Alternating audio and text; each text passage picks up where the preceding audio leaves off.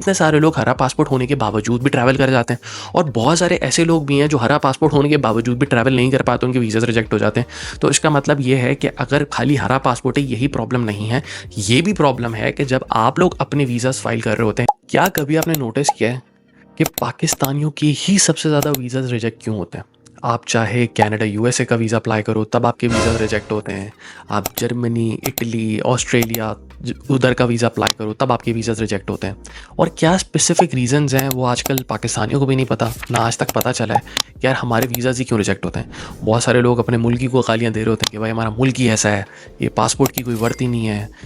और बहुत सारे लोग ये बोल रहे होते हैं कि भाई आजकल हालात बड़े ख़राब हैं, बहुत सारे लोग जो है वो ये बाहर जाने के चक्करों में लगे हुए हैं, इस वजह से वीज़ा हर कंट्री रिजेक्ट कर दी, उनको पता है आपकी इकॉनमी के हालात ख़राब हैं। इसके अलावा भी कुछ वजूहत हैं या कुछ रीज़न्स हैं जो हम इस वीडियो में डिस्कस करेंगे कि भाई पाकिस्तानियों की ही वीज़ास क्यों रिजेक्ट होते हैं। चलो यार, एक रीज़न तो हमें समझ आता है। सबसे पहला रीज़न कि हमारा हरा पासपोर्ट है। इवन आप लोग किसी भी दुनिया के एयरपोर्ट पर चले जाओ ना, जब आपका पाकिस्तानी पासपोर्ट देखते हैं ना, इवन जब भी मैं ट्रैवलिंग करता हूँ या मैंने जब भी देखा उनको, मैंने हरा पासपोर्ट जो है ना वो पकड़ाया, तो वो लोग ऐसी नज़र से देखते हैं कि भाई हम कोई आतंकवादी हैं, कोई हम लोग टेररिस्ट हैं, हमने कोई गलत काम किया हुआ है। इवन हम फ्रिक्वेंट ट्रैवलर भी होंगे, हमारी पासपोर्ट पे वीज़ा स्टिकर भी इतने सारे लगे होंगे, अलग अलग देशों के ना, अलग अलग कंट्रीज़ के हमारे पास वीज़ाज होंगे, तब भी वो उसी नज़र से देखेंगे। और इवन पाकिस्तानी एयरपोर्ट से भी जब आप निकलोगे ना तो आपसे 10 सवाल करेगा पाकिस्तानी पे कि भाई जा क्यों रहे हो, तो उसको क्या नहीं पता कि पाकिस्तान के हालात कैसे, हम क्यों जा रहे हैं। ठीक है, अब आज कनाडा में बैठते हुए मैं ऐसी वीडियोस क्यों बना रहा हूँ या ऐसा क्यों बता रहा हूँ, उसका स्पेसिफिक रीज़न है कि मैं बहुत सारे लोगों से बातचीत करता हूँ और उनको देखता हूँ कि वो लोग मुझे ये बताते हैं कि यार हमारा जर्मनी का, इटली का वीज़ा रिजेक्ट हो गया, ऑस्ट्रेलिया का वीज़ा रिजेक्ट हो गया, हम यूएस से कनाडा अप्लाई कर रहे थे, हमारा यूएस का कनाडा का विजिट वीज़ा अप्लाई करा था, वो रिजेक्ट हो गया। तो सबसे पहला रीज़न मैं एग्री करता हूँ सबसे, और हाँ बिल्कुल ठीक बात है, हरा पासपोर्ट। क्योंकि जब आपकी इकॉनमी अच्छा परफॉर्म नहीं कर रही होती या आपने बहुत सारा लोन लिया हुआ होता है यूएस से, आप लिस्टेड होते हैं एज अ डिफ़ॉल्ट लिस्ट में कि भाई आप जब भी लोन लेते हैं वापस नहीं देते, और आप जो है बहुत सारी पूरी दुनिया इकॉनमी जो है आपको एज एन इकॉनमी ऐसा समझती है कि यार आप कोई गलत कामों में ही हैं या आप टेररिज्म ही फैलाते हैं, ये सारी चीज़ें। तो इन्हीं वजह से एक रीज़न ये भी है कि आपका वीज़ा जो है वो बीइंग अ पाकिस्तानी वो वीज़ा रिजेक्ट होता है। Let's talk about second reason. अच्छा, ये तो वो रीज़न हो गया ना जो कि ऑब्वियस है, लेकिन उसके बावजूद भी इतने सारे पाकिस्तानी, अभी भी आपने रिसेंटली सुना होगा पिछले साल के इतने लाखों लोग बाहर मुल्क चले गए, इतने लाखों लोग दुबई चले गए, इस ममालिक में चले गए, उन कंट्रीज़ में चले गए, लेकिन अभी भी इतने सारे लोग हरा पासपोर्ट होने के बावजूद भी ट्रैवल कर जाते हैं। और बहुत सारे ऐसे लोग भी हैं जो हरा पासपोर्ट होने के बावजूद भी ट्रैवल नहीं कर पाते, उनके वीज़ाज रिजेक्ट हो जाते हैं। तो इसका मतलब ये है कि अगर खाली हरा पासपोर्ट है यही प्रॉब्लम नहीं है, ये भी प्रॉब्लम है कि जब आप लोग अपने वीज़ाज फाइल कर रहे होते हैं, चाहे वो स्टडी का वीज़ा फाइल कर रहे हो, विजिटर वीज़ा फाइल करो किसी भी कंट्री का, और या किसी का वर्क वीज़ा भी फाइल करो, आपको जॉब ऑफर आई है यूएसए से, लेकिन तब भी आपका वीज़ा रिजेक्ट हो जाता है, तो उसके कुछ स्पेसिफिक रीजंस हैं। उसमें से सबसे एक इंपॉर्टेंट रीज़न जो मैं समझता हूँ, जो मैंने नोटिस किया बहुत सारे लोगों को हेल्प करते हुए, कि भाई सबसे पहला रीज़न जो है वो ये है कि बहुत सारे लोग अपनी जब वीज़ा फाइलिंग करते हैं वो खुद नहीं करते।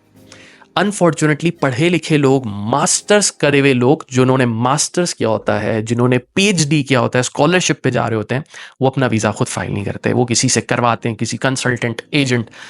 जिस बंदे ने पीएचडी किया, इनफैक्ट फॉर एग्जांपल जो बंदा पीएचडी करने जा रहा है ना, वो वीज़ा फाइल करवाएगा उस बंदे से जिसने 12वीं पास भी नहीं की हुई, उस एजेंट, कंसल्टेंट या उस बंदे से जो बेचारा खुद कभी बाहर नहीं किया, लेकिन उसने पाकिस्तान में किसी अच्छी सी आलीशान जगह से उसने ऑफिस खोला हुआ है, वहाँ पर आप ज़रूर जाएंगे, उससे वीज़ा फाइलिंग कराएंगे ये सोच के कि भाई इसने ऑफिस खोला तो इसको काम आता होगा और हमें नहीं आता। आजकल का सोशल मीडिया का दौर है और सारी चीज़ें ऑनलाइन है, तो आप अपना वीज़ा खुद फाइल कर सकते हैं। ऑनलाइन जाएं, यूट्यूब जिंदाबाद, सारी वीडियो, सब कुछ, हर तरीका है। अलग अलग मुल्कों के लोग हैं जिन्होंने वीडियोस बनाई हैं कि आप कैसे वीज़ाज अप्लाई कर सकते हो, तो आप ये सारा काम खुद कर सकते हैं। मैं भी खुद ही कनाडा इस तरह आया था, अपने वीज़ाज, स्टडी, वर्क, अब सारी चीज़ें मैंने खुद वीज़ाज फाइल की थी और काफ़ी लोगों को बताया भी था भाई ऐसे वीज़ा फाइल करो, ये डॉक्यूमेंट्स तैयार करो और हो जाता है, इतना मुश्किल काम नहीं है। तो पहला रीज़न कि खुद वीज़ा फाइल करो। आप किसी को पैसे दे भी दोगे तब भी वो उस मेहनत से, उस लगन से वीज़ा फाइल नहीं करेगा। उसको नहीं पता आपको पाकिस्तान से बाहर निकलने की कितनी अशद ज़रूरत है, आपके लिए कितनी बड़ी अपॉर्चुनिटी है। आप उसको 50,000, 1 लाख, 10,000, 20,000, 2 लाख, 5 लाख, 10 लाख, ये ऐसा अमाउंट है जो अनगिनत है, लोग कंसल्टेंट चार्ज करते हैं, बट आपको पता ही नहीं होता कि अब ये पैसा देने के बावजूद भी उसको वो पता नहीं है कि आपके लिए पाकिस्तान से जाना ये अपॉर्चुनिटी अवेल करना कितना इंपॉर्टेंट है। अब एक और बहुत इंपॉर्टेंट रीज़न है जो मैं समझता हूँ या जो मैंने लोगों को करते हुए देखा है, ज़्यादातर मैंने काफ़ी लोगों को जो है ना बताया कि भाई आप ऐसे डॉक्यूमेंटेशन क्या करें, बट उन्होंने बहुत ज़्यादा मैं देखता हूँ कि गलतियाँ करते हैं। लेट्स सपोज एक एग्जांपल देता हूँ।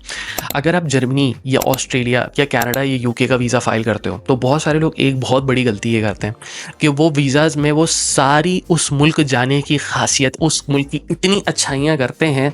कि वीज़ा ऑफिसर्स को पता चल जाता है कि भैया इस चीज़ बंदे की, इस बंदे या बंदी की इंटेंशन प्योरली इस मुल्क में आके सेटल्ड होने की है, ये अपने मुल्क पाकिस्तान कभी भी नहीं जाएगा।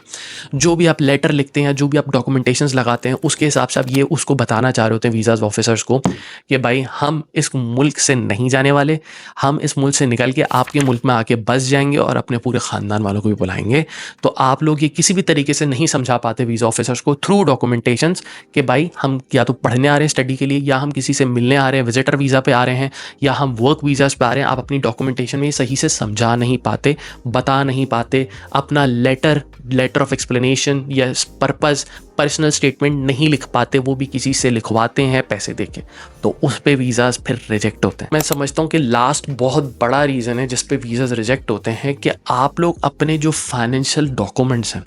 वो सही से नहीं दिखा पाते। फॉर एग्जांपल बहुत ज़्यादा ट्रेंड है पाकिस्तान में कि बैंक स्टेटमेंट बनवाई जाती हैं और बैंक स्टेटमेंट बनवाना पता चल जाता है कि बैंक स्टेटमेंट बनी हुई है। बहुत दफ़ा मैंने ऐसा भी होते हुए देखा है कि बहुत सारे लोगों को बहुत सारी कंट्रीज़ की 3 महीने की या 4 महीने या 6 महीने की वीज़ा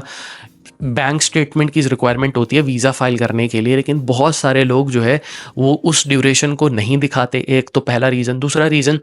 अगर फॉर एग्जांपल 30, 40, 50, 20 लाख रुपए की स्टेटमेंट दिखानी है तो उतने अमाउंट की नहीं दिखाते।